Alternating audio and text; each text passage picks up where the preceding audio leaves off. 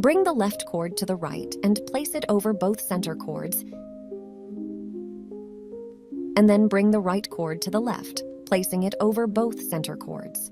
You will see that a loop is formed on the right side and one on the left side.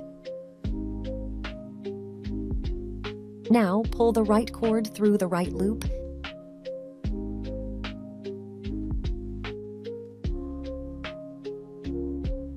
and the left cord through the left loop.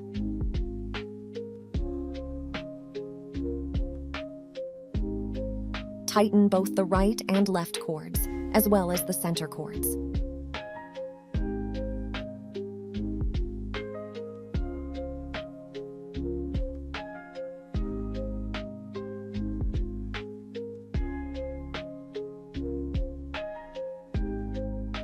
Practice this again. Bring the left cord to the right and place it over both center cords, and then bring the right cord to the left, placing it over both center cords. You will see that a loop is formed on the right side and one on the left side. Now pull the right cord through the right loop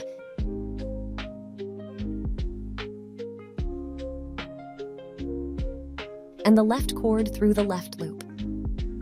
Tighten both the right and left cords, as well as the center cords.